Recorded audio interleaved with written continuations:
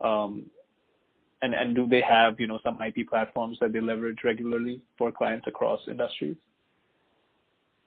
Sure. So to speak to publicly available information, yeah. The platforming heritage has been kind of core to the DNA.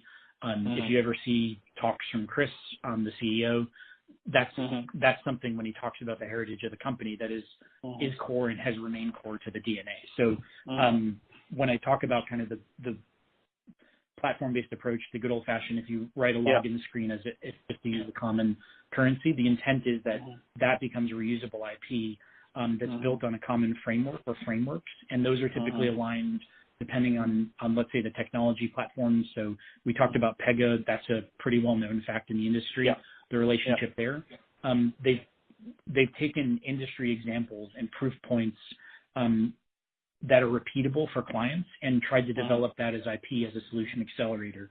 So if let's say, for example, you would write something from scratch and it would take 100 man days, conversationally speaking here, to build it, the accelerators can gain clients anywhere from 10 to 30% and reduce the time to market. And then ultimately that can be monetized, obviously from an IP standpoint as well. So it saves time, but also protects revenue across both sides of the fence. And is Polaris similar in the sense that does it also have this platform-based approach towards building its business, or it's more, because it's been doing core banking solutions, it's more customized? How does that typically work? I would say it was different by segment, but there are things within the Polaris acquisition that were a part of what was included in that DNA. Yes, but I wouldn't say it was as mature as Virtu's practice if you compare the two. Got it. That makes sense. One last bucket of questions was basically trying to understand a bit about Lotus's internal structure. What are some clear advantages to the ways it's organized? So, for example, we've heard about the engineering talent at Virtusa. How is it able to kind of recruit this kind of talent? What is its strategy? And how does it then organize the talent within itself to give them exposure and develop them? So a little bit on sort of how they manage their resources would be helpful.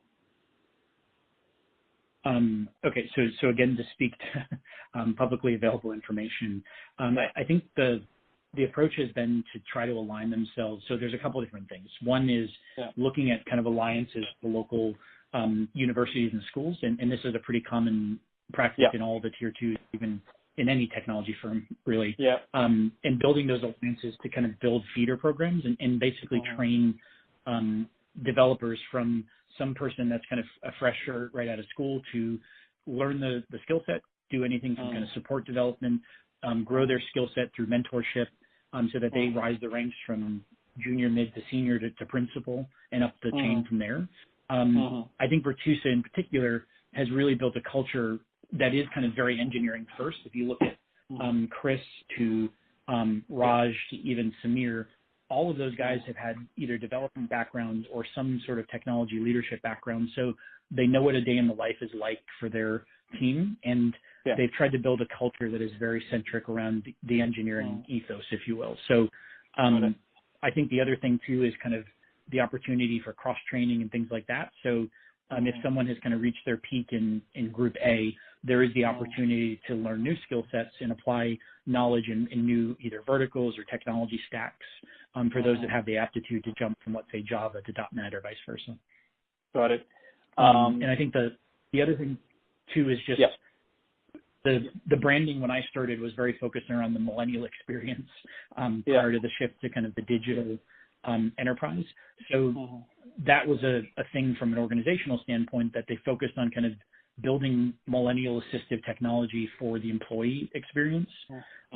Again, this is publicly available information, but there's a platform that's called V+, which is basically the internal employee management system. So it has everything from the contact book to a social network to a bunch of things that kind of tie people to the enterprise and also share knowledge across the enterprise as well. So I think things like that create a stickiness factor that I wouldn't